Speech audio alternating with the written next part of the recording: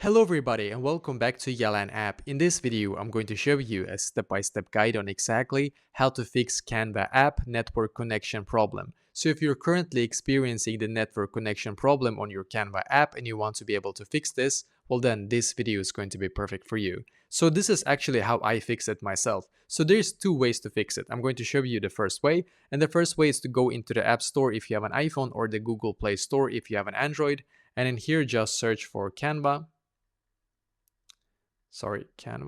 and then just scroll down and find the Canva app in here. And you can see I have a blue button in here where it says open, right? But for me, it actually said update before because I had like an updated or I had like an old update of the Canva app. So I had to click on update in here. And when the update was finished, now I had no connection problem whatsoever after that, to be honest.